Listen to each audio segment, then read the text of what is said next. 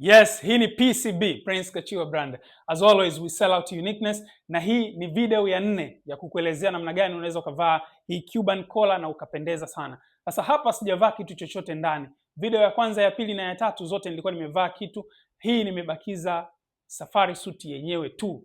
It's a Cuban collar, kwa unaweza ukaivaa yenyewe kama yenyewe unavyoweza kuiona hivi. Na by the way, kama Tanzania, Mheshimiwa Al-Hassan Mwinyi, rais wa pili wa Jamhuri ya Muungano wa Tanzania, alikuwa anavaa bila kitu chochote kwa ndani, na inakuwa classic and it's formal. Unaweza ukaivaa ofisini bila shaka yote. Advantage ni majira ya joto, ukivaa hivi unakuwa comfortable, yako inakuwa ni ya hali ya juu, comfortability ya hali ya juu.